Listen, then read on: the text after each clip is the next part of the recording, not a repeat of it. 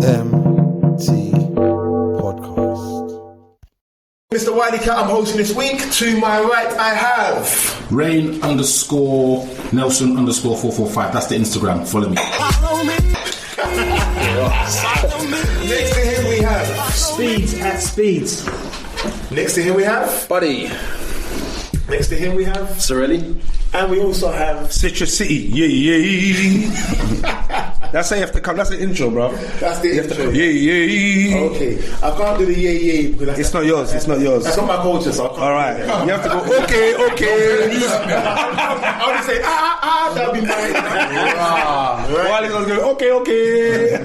Right then, so today's podcast topic was an interesting one for me.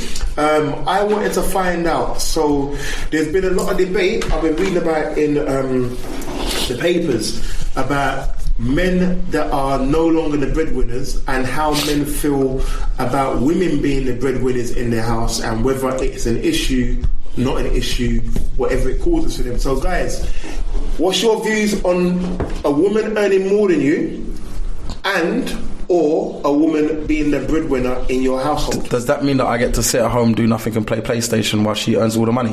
No, it means that she gets to be the boss of the house.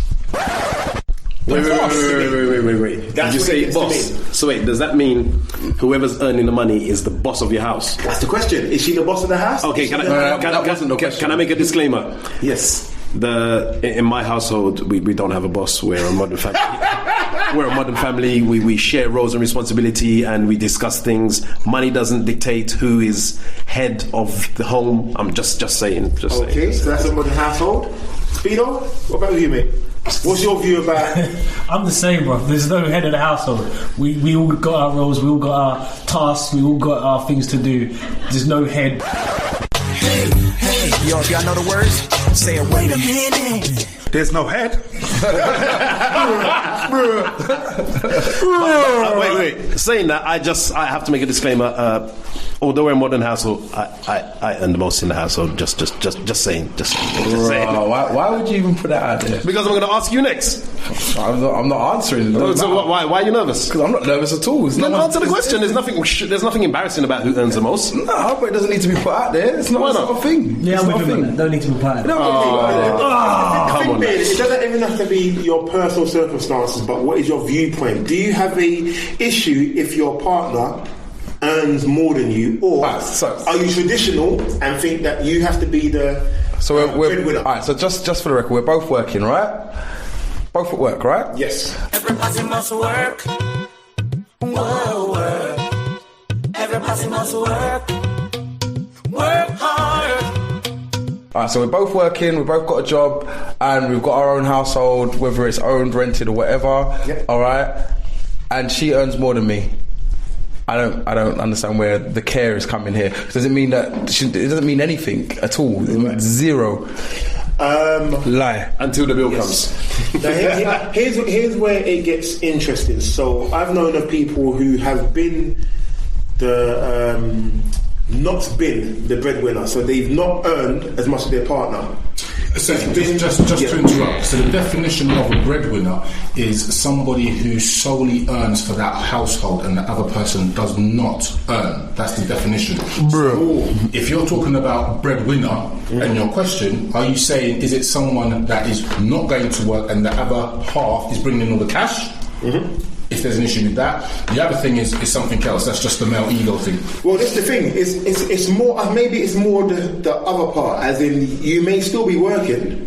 I suppose the definition of breadwinner is very as it is, but you may still be working. My question is based upon: does any of us have an issue if your partner is earning more than you? If there is an issue, what is the issue? Is it because this is how traditionally it is? And if there isn't an issue, do you think the society has changed to make it be more acceptable that's the case?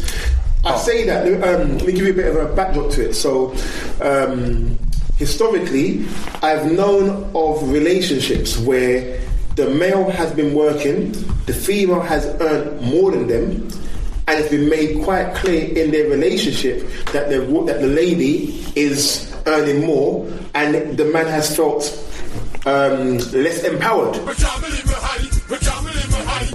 So my question really is would it make anyone feel less empowered? Do you feel right? If you are the main earner in your household, do you feel empowered, or do you feel like you're doing your role? Would it make you feel less of a man? You've asked about a million questions, so let me just go back to the first one, which she was really initially saying, which is I've been in a relationship with both sides. Oh my God. Men and women. Yeah, I was about to say. I don't know where you're going with Swinging. On both sides of his argument, in the sense of Clarity, brother. freaking hell. Yeah, both sides of the argument. So I've been there where I've earned less than my partner, and I've been there now when I've earned more than my partner. So you do earn more than your partner now? Say nothing.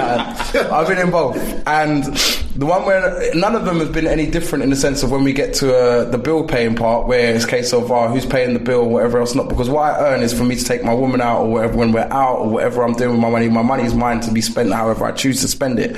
So if I decide to be chivalrous, if that's the right word, all right, Frivolous, I think. yeah, no, chivalrous was the way I was going. Chivalrous. Oh, chivalrous. Okay, sorry.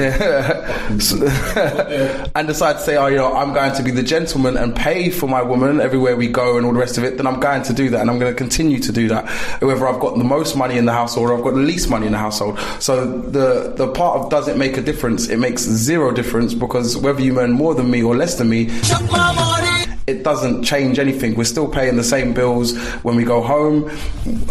Nothing changes. So it's I don't see where the complication or anything might be any different. Anyone else can. I have a question. You said it doesn't make any difference, but you then also said your money is your money. So I'm a little bit confused, because if it doesn't make any difference, then that means what comes into the household belongs to the household. But you made a clear statement that your money is your money. So I'm a little bit confused. It does make a difference because it's your money. All right, well, it's our money then. If you want me to put a better terminology, it's our money and we use it together. So yeah, I've got my own separate amount that I probably would spend on beans, greens, potatoes, tomatoes, lamb, ram, pork, dog, beans, greens, potatoes, tomatoes. Let's say a PlayStation game, or to put petrol in my own vehicle or something, or my van is what I drive. So I'll say, I put my extra petrol in there. That's mine, but it's our money. So the household's money is there.